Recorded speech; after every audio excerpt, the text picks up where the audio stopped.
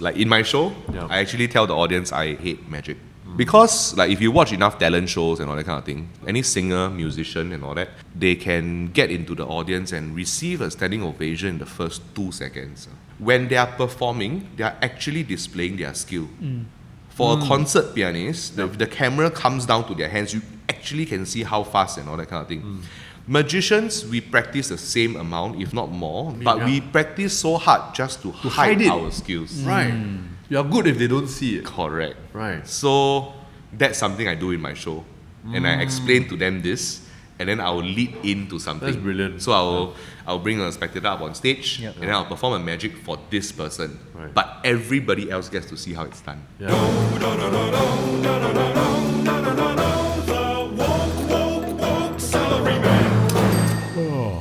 Hi everyone and welcome to another episode of the Woke Ceremony podcast. Today we have Jeremy, a magician, and we're going to ask him some questions when it comes to being a magician, career-wise as a magician, financial challenges of being a magician.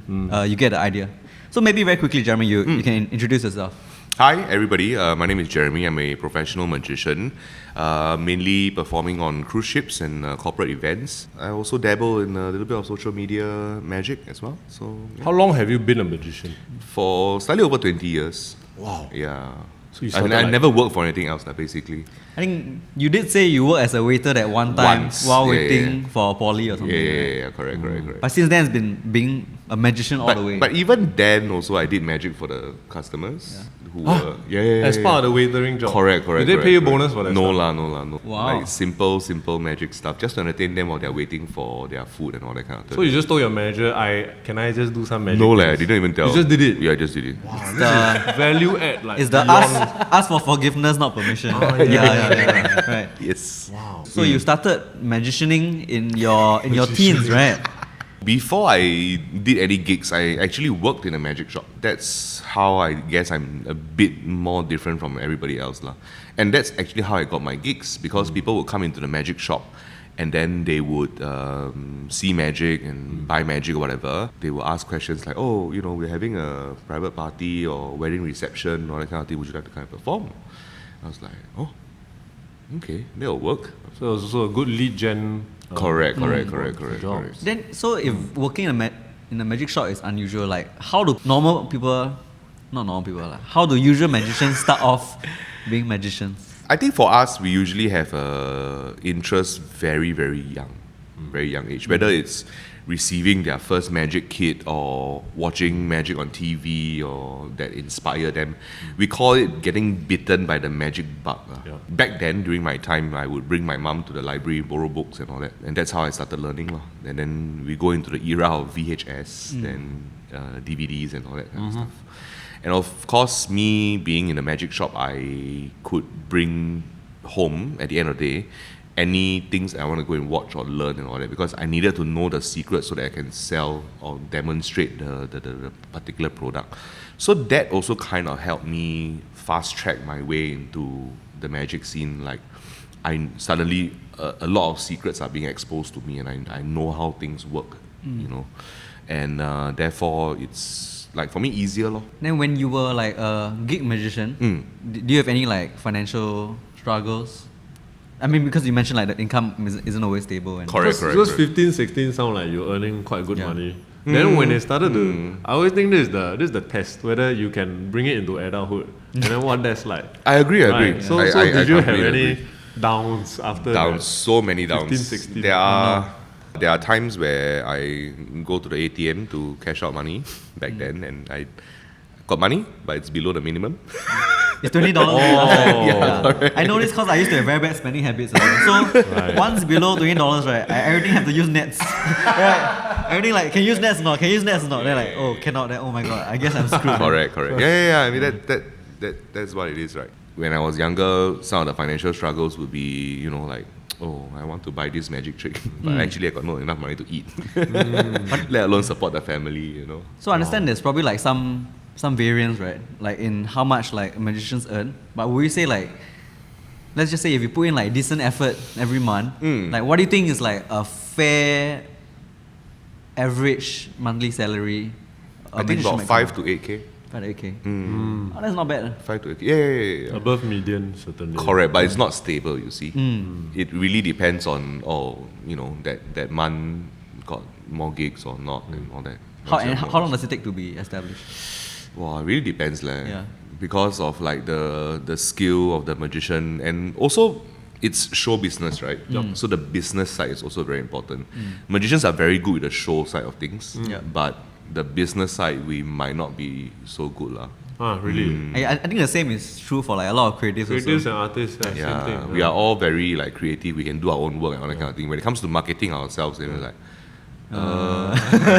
Because we focus all our attention on the craft because that's what we find in love. correct. And the biggest disappointment for me actually as an artist, when I met the market, i.e. the business side, right, was that actually skill doesn't matter that much. The marketing mattered a lot more because I your agree. average audience or average client actually cannot tell the difference between the 80% and the 90%, you know? Correct. Then why do I bother? Yeah. For the love of the craft, but the business side, how do I make money off of that 10% Yeah. that actually takes a lot more time to train to be good at it? That's correct. Right. I completely agree. So have you squared that somehow and reconciled that somehow? Are you still figuring it out? I mean, yes, I've been in the market long enough, so I have also like established the working relationship, like in Singapore with the networking. local event companies and all that. Yeah. Because over 2 decades, right? So I've built a pretty nice relationship lah. They literally see me since I was a kid, grow Yeah. up and do all these shows and all that. Yeah. So I'm very grateful for them giving me opportunities and all that. And I what just was- didn't know how. What was your like first big break? You realized like, oh my god, I'm going to make this work. No first big break. I kind of like naturally just went into it in the sense that like I said earlier, I was in a magic shop. Then people asked me to kind of perform and all Yeah. that. Then I started doing close-up magic for private parties, cocktail reception and all that kind of thing. And then suddenly I start to move on into like stage magic, and we start progress. And then did family shows, and then I did children's parties for a bit. And then I wanted to go into the corporate, company, corporate dinner and dancers and all that. And that's how I kind of progressed. You talked about like getting to the cruise ship stuff. How did that begin? I was hired to go to a show, and then the host, the MC for that particular dinner was Hosen Leong. And he asked me, he was like, "Hey, Jeremy, are you interested to, go on a cruise ship?" I was like, okay. Never been, right? So he was like, "Yeah, I'll get somebody to contact you." Because somebody actually looked for him to work to perform on the cruise ship. And then so I didn't think much of it. Back then I would consider that like peak of my corporate career. Like there were no low seasons. There was, I wasn't worried about Steady already. it was very steady already. And then I was also constantly like coming up with new material, new shows and all that kind of stuff. So I was very happy about it. And then I think weeks or months passed, right? And then suddenly I received an email. It's like, is this even like legit? Yeah, can sound quite Because for dodgy, us, we only heard of like Star Cruises. Yeah. right? Yeah. Maybe a bit of Royal Caribbean, right? Yeah. And that's about it, right? So I was like, my first contract, they were like, would you like to, come and perform on the cruise ship for like 2 months? We were like, okay, sure. 3 months, 4.5 months, 6.5 months. Yeah. The corporate gig was doing well. We cannot just like Abandon. abandon Yeah. and then So I told my wife, Angel, I said, this could be the best decision that we ever make, Or the worst. or the worst lah. Because we really don't know how life on board would be, and Yeah. whether we enjoy it or not, right? Yeah. And then I say, okay lah, best or worst 6.5 months of our life lah, right? And then it's like, okay lah, we just drop everything and just go. Wow. Is the money better on cruise ship? A lot better. A lot better. A lot better. A lot better, and if you are away for 180 days, you don't have to pay. You don't have to declare lah, technically. But I mean, of course, there are trade-offs, right? Yeah, Of working away on a from the cruise family, ship. lor. Yeah. Away from the family. I think that is the biggest thing lah. The worst thing that can happen is when you're working on a cruise ship and then somebody in the family passes away. Aiyo. Yeah. Then you are maybe like 2 more sea days before you can reach land. Then you gotta fly back and then go Oh, that's do all that awful. kind of stuff. It's very, very bad. Damn. And I've seen it happen. So Wow. I think from what we know about cruise ships, usually like the people working there are pretty diverse. Yeah. And like Over 50 nationalities. a lot of like cultural differences and all. Like, have you ever had to navigate that? Amongst the crew, as seafarers, we kind of know each other in the sense that we all know that we are all away from home and all that kind of thing, you know. So we are very understanding to each other, lah. Yes, there are always like cultural differences, and that's where we learn more about each other's culture, words that we say, food that we eat, and all that kind of stuff. And within the crew, we celebrate different holidays, lor. So like Orthodox Christmas and all that kind of stuff. And then we get to try their food Hanukkah, all also. that, Yeah, right. that kind. So it also makes us learn about their cultures and all that. But most of the time is just hang out at the crew bar, drinking, and you know. Alcohol just- is free, is it? No lah, cheap lah. Duty free Cheap mah. for... Oh, right. It's the for duty crew, that makes it expensive. for right. crew. Yeah. In the passenger area, of course, it's expensive lah. But alcohol is like, yeah. But you've always been with your wife on the cruise, right? Because from the beginning... From the beginning, yes. But since COVID, she has took over the family business. So nowadays, okay. I travel. So like November of last year, I started Yeah. traveling for cruise ships again, and I did it all alone. Oh, right. So you have to change out some of the tricks. Correct. Selection of things that you did. Yep. And then I have to run everything now, including like tech run rehearsals and all that stuff. Right. Yeah. Wow. And then How I has it have to- been? Tiring, but I love it lah. I mean, you cannot complain lah. I'm literally doing like what I love. Right. You know, you get paid to travel and perform. And as an artist, I feel like you can grow better, like because you have the whole theater to yourself. You have Yeah. the crew that is supporting Yeah, you, yeah. the lighting, the sound, the backstage people, and all that. Yeah. And so you can decide like, oh, okay, this week I want to do this show. Yeah. I want to try 2 new things. Yeah. And then this is my technical rider, you know, just follow this. And all it's that. okay I one, want, yeah, I want to change the mood and all that. So you are the boss of the program, is it? Yes, but the one big thing for cruise ships is this, and a lot of people like don't realize, if, say for example, you got a 6-month contract, Yeah. right? If your rating in your first week falls below like 7 out of 10, Yep. right? They can ask you to go home and cancel the rest of your 6-month No contract. like notice period, whatever is it. They When will tell land, you then lah. you get out. They will tell you Or lah. they'll tell you lah. Yeah, Then have but you- if you don't improve or like Yeah. you've got to be 100% like every single time. Wow. Yeah. You got it's- kena before? No. No. Oh, okay, okay. Just check. I mean, you brought it up, right? So of course I'll ask. Right? But how do they- I've seen it happen before. Ah. I've seen it happen before. We were doing like I think one of the ships was in Taiwan, one of the ships was in China, and then the same company lah. So we were like doing what we call China season, lah. And then yeah lor, the other magician on the ship was like, yeah. Oh wait, the other magician on the ship. So there's multiple. No. So magicians. one ship, one magician. There Oh, usually okay, would be okay. yeah. You're So the ship so in two magician, ships, right. yeah. Right, Correct. Wow, that's fascinating. So from what I'm hearing is that being a cruise magician is kind of like a step up over like the corporate magician because you're given a lot more resources Correct. to plan the show around. Autonomy. And it's very different lah, in the sense that like in Singapore, our corporate dinner and dances are very, for a lack of a better word, we are kind of there to fill time. like MC like that lah. Is The it? MC at least he has a purpose there, right? To Magician also got purpose. I to mean. no, You entertain lah, the right? magician is there to let the MC rest and fill time mah. Ah, really, man? No Technically lah, if you look at it very broadly lah, right? 4 hours of entertainment, right? So the MC could cover the whole show if he wanted, or if he or she can play enough games and all that Yeah. kind of stuff, right? Oh my god, the game. Technically yes, ma, correct. Yeah. So the magicians are here so that the MC can you chill know, lah. yeah, or any other entertainers lah. It see. could be jugglers, it could be singers, it could be a band, it could be this part of the entertainment like it could be anybody ma. If they have enough awards, long service awards to give out every year. I mean, yeah. Then it will fill up all 4 hours, Right, right? I see, Yeah. I see. And then for us as entertainers that we go there, we are fighting against the people who are eating, want to go smoke break, toilet break, and all that kind of thing. They yam Right, sing right, during right. our Yeah. show, you know. And then like if you wanted to make it a bit more moody, like dim the lights a bit, and Yeah. you know, Like an do all atmosphere, that. like a show, Correct, right? yeah. And then they'll go like, oh, cannot leh. Yeah. It's a safety issue because the exit signs and all that. Ah. Or if there's like MPs or something, and then you cannot dim the lights, and Right. it's a security risk kind of thing, ma. Right. And then we're like, okay.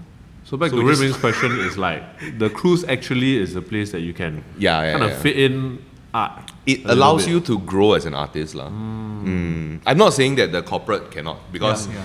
through the corporate shows, I've done like at least 10, 15 years of corporate gigs locally and in Asia. I also get to learn different things. Yeah. Like sometimes the event companies can be quite nice, so they will stop serving food. Because usually the dinner and dances in Singapore, they are like the Chinese wedding, Yes, you know, yes. dish by dish, right? 8 dishes for that night. No stop one, right? Correct, Keep correct. coming, So sometimes they will stop serving for the show. and then do the show, and then they will carry on that kind. So then you can have the attention of everybody lah. What would you say are some of the more important aspects that people usually forget about when you want to become a magician and succeed in the industry? I think being able to adapt and constantly improve yourself is something that could be missing in a lot of like magicians. Right. Yeah. Like I know magicians from all around the world, and I can see that the slightly older generation, not just only in Singapore, Yup. but they kind of like in their comfort zone. Yes. So they kind of Yes. stayed in their era, Yeah. and then they didn't want to learn new things to improve. Yeah. Yeah. Yeah. We know that during COVID, obviously cruises stopped. Live performances stopped. So you had to adapt to content creation. Tell us a bit more about that and how that Yeah, goes. so it actually kind of came together. So in 2020, I had 9 months worth of cruise ship contracts. Yeah.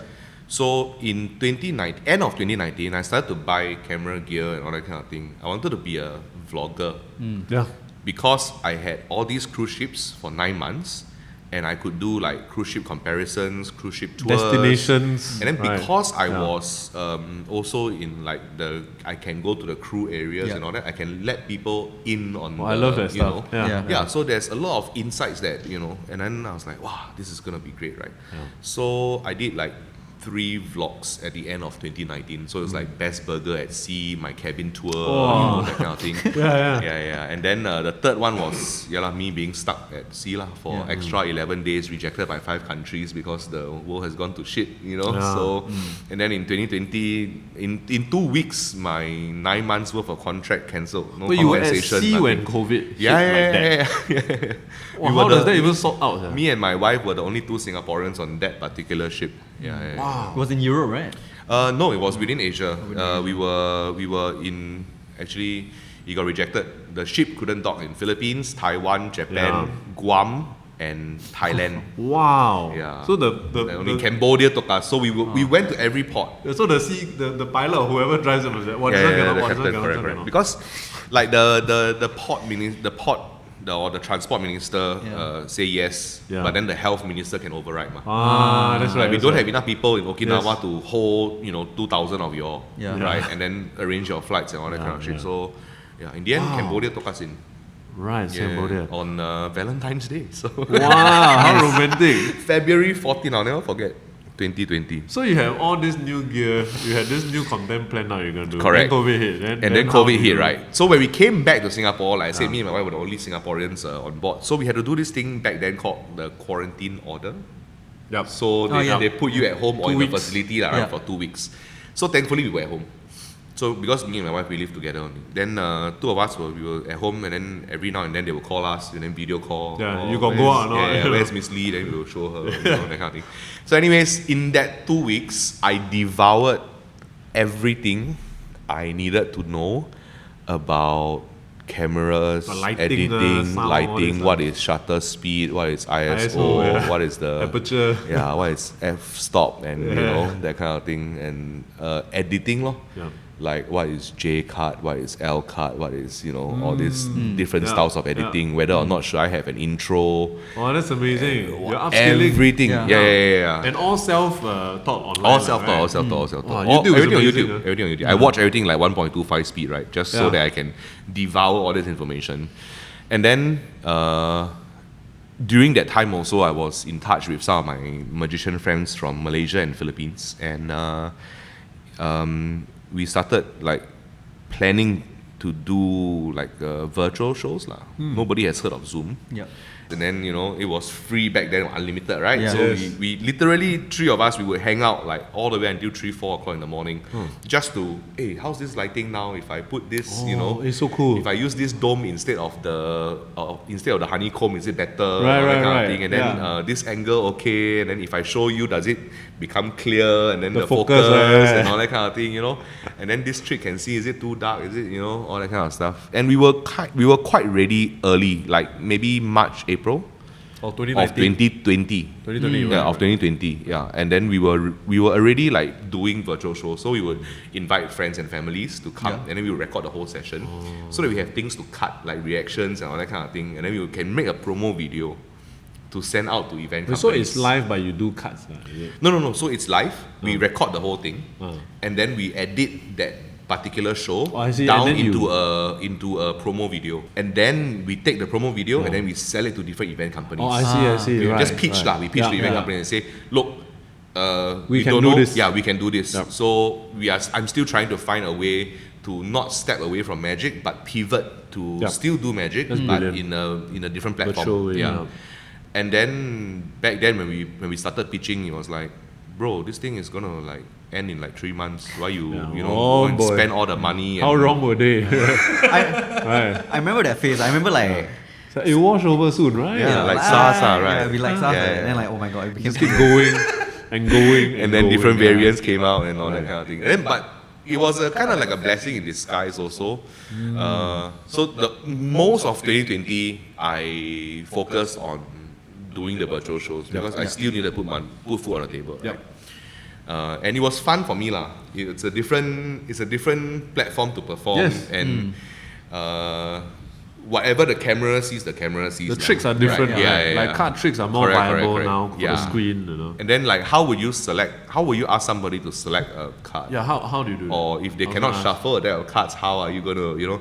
So all these things kind of got me going. It's completely a new genre of magic now, right? And then on top of that, there is also the tech that's involved, right? The gear. So lighting, camera, angles, all that. Software. Then 2 cameras, because now you need a top-down shot to display. Yes, and then what do you use to switch? Yeah, Then OBS, and then, you know, lower thirds and all that kind of stuff, intro videos when people come in and that kind of thing. So Man. it suddenly became a one-man, you know, I have to do everything. I have Your to press a lot of videographer, buttons, correct. Mixer, Yeah. sound guy, Everything. Yeah. everything. Jeremy, a lot of like your content online, right, Hmm. teaches people how to do tricks. Has there been like Yeah. pushback Yes. from like, let's say, older magicians? Maybe they say like, you know, oh yeah, you're now spoiling the market. You're Yes. making the tricks that we do not viable anymore. Do you get that? Yeah, so I've been teaching magic online for a bit, since I think end of 2021 or something like that.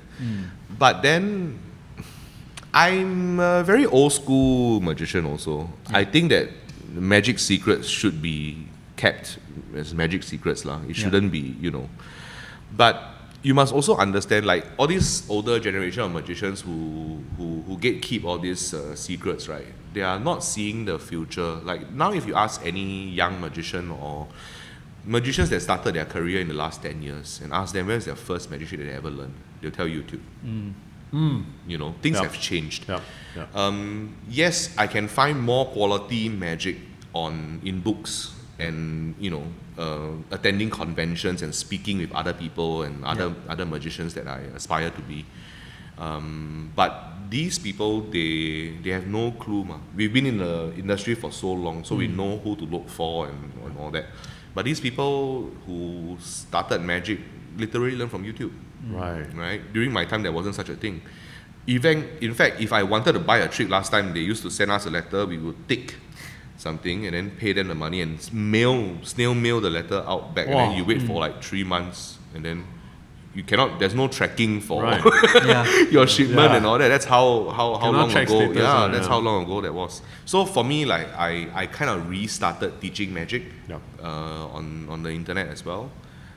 But at the same time, I would like to keep things that I personally use and for serious magicians, or rather for people who really want to step into this craft, I will put all these tricks behind a paywall. Right. Like the more advanced stuff. The basic The sleight basic of hand. stuff, sleight of hand, all that kind of thing, it's, Can here. tell lah, I mean, fundamental stuff. Just for you to learn, and at the same time, see if you enjoy the way I teach on video. Right. And then, hopefully when I start doing all this more advanced, intermediate advanced things, and then I will put it behind a paywall. Right. Because I think those should be reserved for people who really are interested. Very serious. Yeah. So I remember I was a fan of Penn and Teller. So they would also show their tricks. Like they had one where I forgot what was the exact trick, but it was cups like and balls with a clear cup. yes, and also they did one where they go underneath. yes, then the they show base, the this transparent space, thing. different. The head And goes somewhere. I remember and then, seeing not just magicians, but the audience they showed a shot of the audience, and they're like some of the aunties are like, why are you ruining it?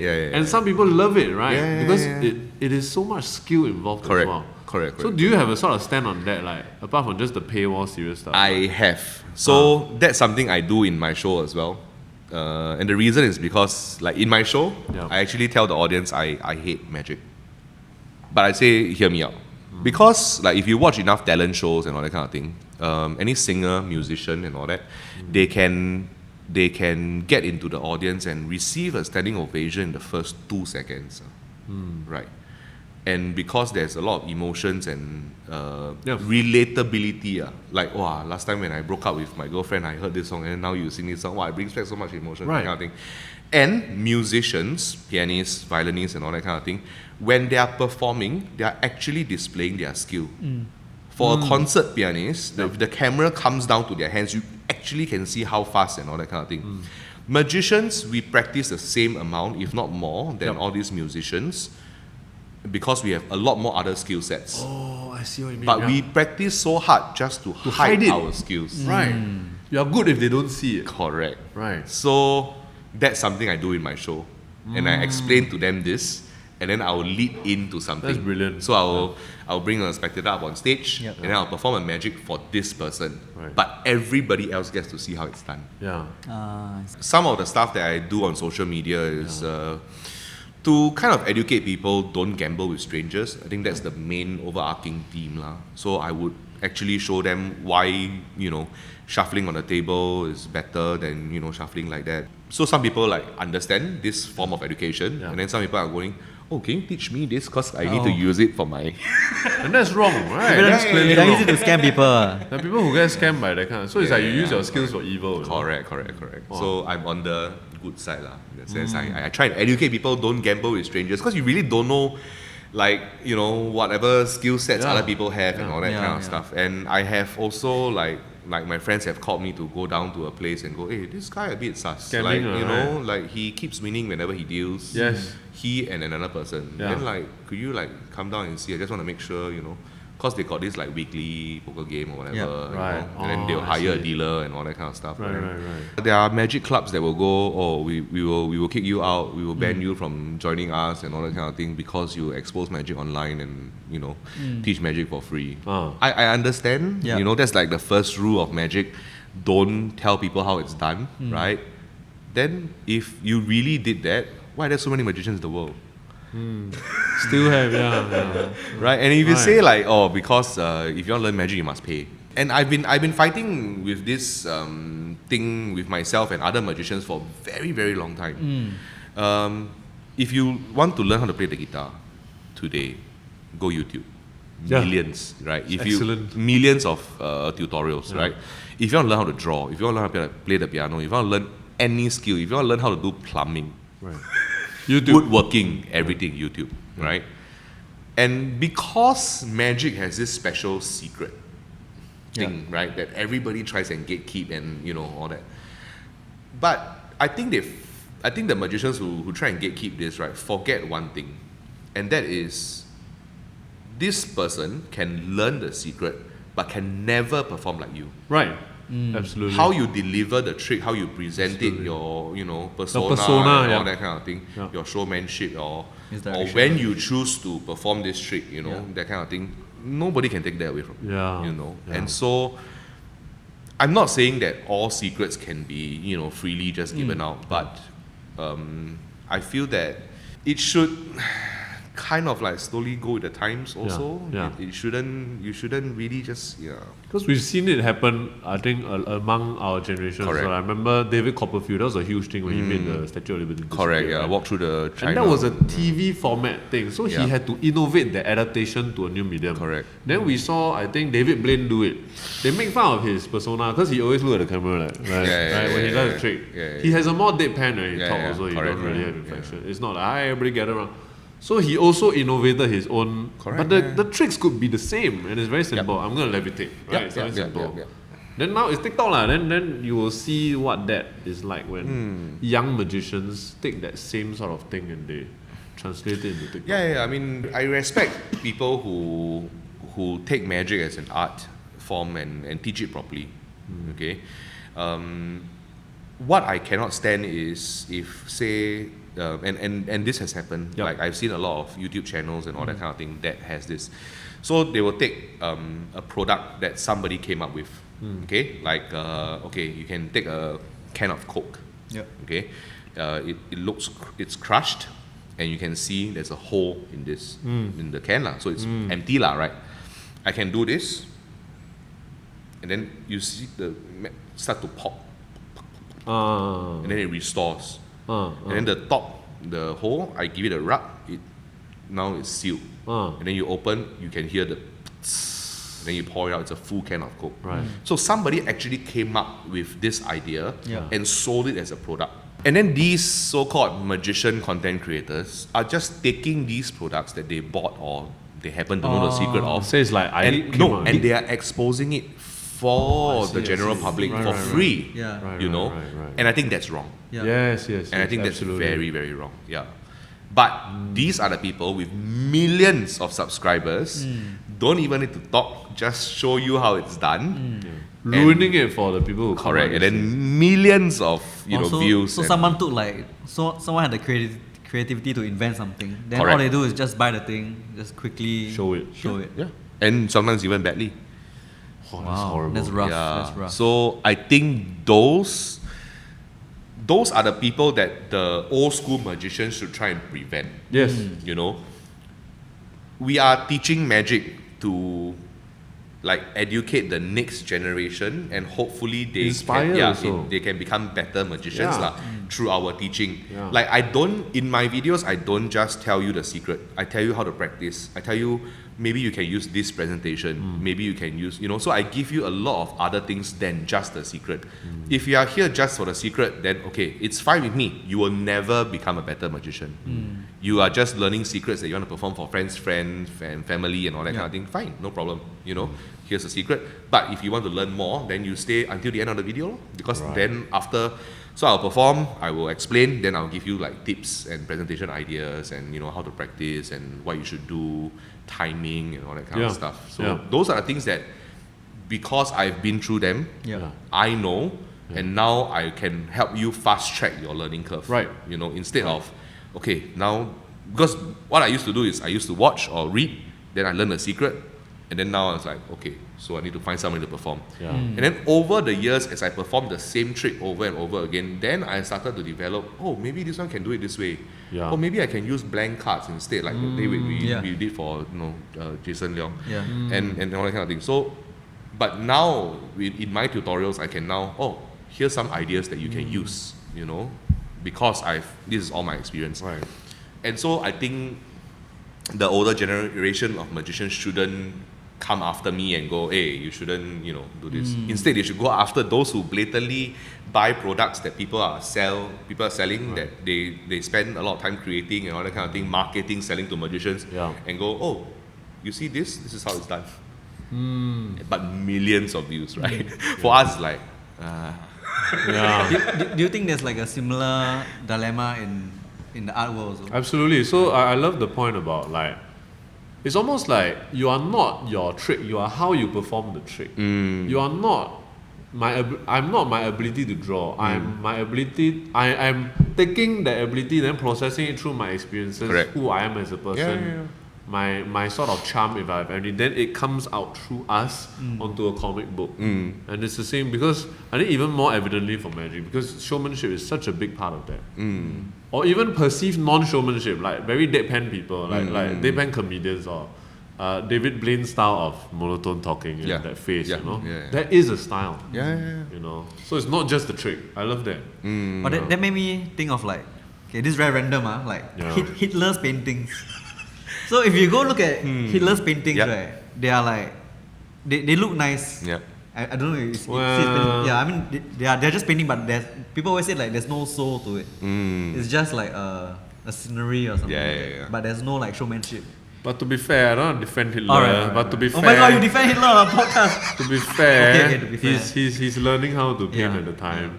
And also, I think people are saying the no soul thing in context of the fact that he's Hitler. If any old person painted it with no context, I don't think you can. That's a Hitler one because no soul. Correct. That's what I feel. Because people say that about AI also. They say AI writing no soul, AI artwork got no soul. But honestly, I feel like people say that because a lot of times because they know that it's AI. You put it side by side, I think a lot of times you cannot tell. That's my opinion. And I'm not a supporter of AI. Or Hitler. 100%. Or Hitler. Thank you. My favorite trick that I ever saw was the Penn and Teller trick. It was the one where there's a flower that's lit, and then it casts a shadow on a piece of canvas. And then I think it's Teller, he cuts the shadow with a knife, and the real flower falls. And there was that level of poetry there that I feel like sometimes when I look at the stuff like I see on TikTok that requires a certain different amount of upfront hook commitment, because TikTok is so fast, right?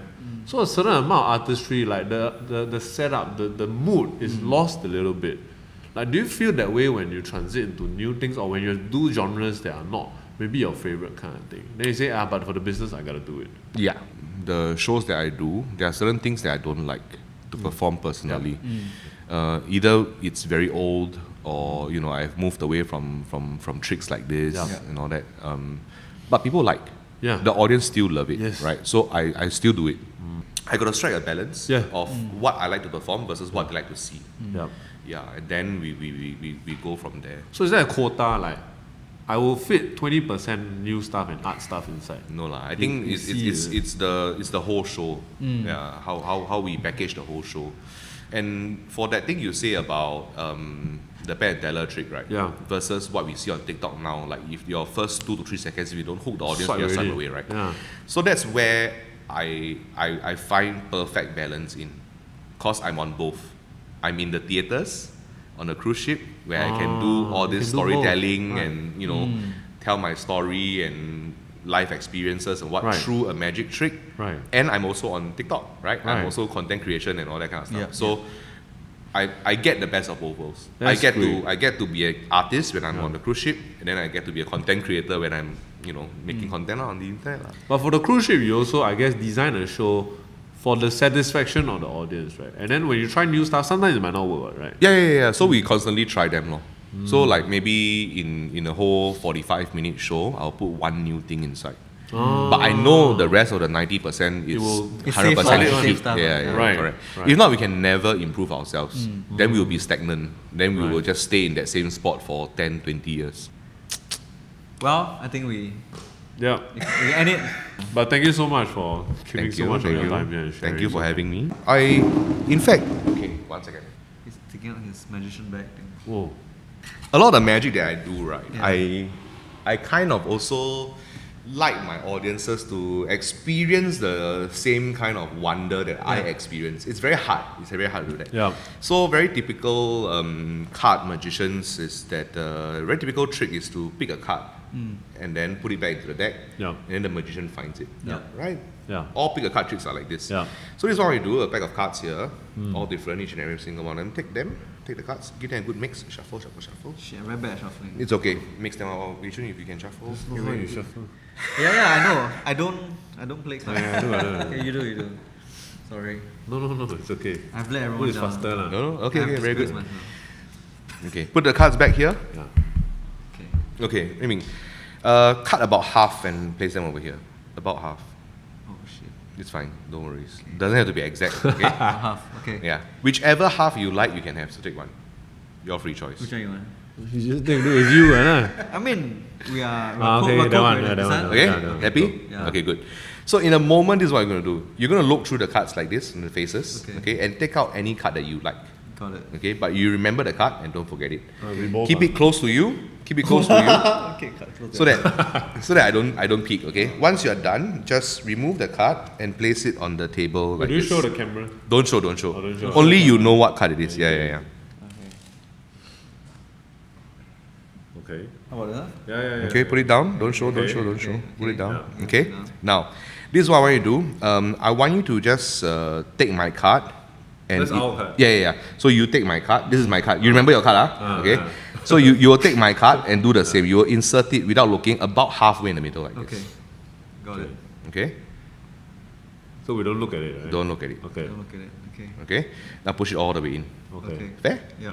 Now, if I were to shuffle this deck of cards, you would think that maybe through some skill or something like that, I will be able to know, right? Yeah. So we will exchange. Remember, the selected card that you selected is here, Yeah. so we're gonna Yeah. exchange. Yeah. Okay. Then we Shuffle. shuffle. So it's fair, right? You shuffle. No, I don't shuffle. You shuffle. Is that embarrassing? Just Learn it, mix upskill. just mix the cards. Yeah. Let's see how you do right? Walao. And then you can cut the cards. Doesn't matter. Okay. It's stressing me out. Yeah. Once you're happy, we exchange. Sure. Okay. So now, here is the where the pick a card trick ends, right? Yeah. The card is selected, lost in the deck. Yeah. You shuffle, I shuffle, Yeah. and then now we're gonna find it. Yeah. Me being the magician, obviously I'll be able to find the card lah. Sure. Yes. But you have no idea how you should do this, Yeah. correct? So let me give you a tip. In a moment, we are both gonna take the cards and spread through the cards like this. Okay. We're gonna remove one card and place it on the table. Yeah. This one card, as you spread through the cards, will appeal to you a bit more. You'll be like, oh, you have this like gut feeling that Right, this is right. my card, and only you will know. Okay. Okay. Well, I know also. We'll both know. maybe. All right. All right. So go ahead, Yeah. look through the cards, okay? And then there'll be one card that kind of feels right to you, and then you will take it out, Wait. remove it, and place it on the table. Okay. Damn. He did the thing. Okay, so which one appeal? I don't know. No, I don't know. you bro. decide. You decide one card. Okay. I decided. Place it on the table. I'll take the rest of the cards from you. Yeah. Okay. So you see, out of all these cards, right, that you could have selected, Yeah. because you shuffled, you cut, you chose, and all that kind of thing, you ended up with one card, right? So, for the first time, tell me what card you picked the first time. Not for me, Yeah. but what card did you pick? What card we put down? No, not this card that you put down. The previous one. Correct. Eight of hearts. 8 of hearts. Yeah. Yep.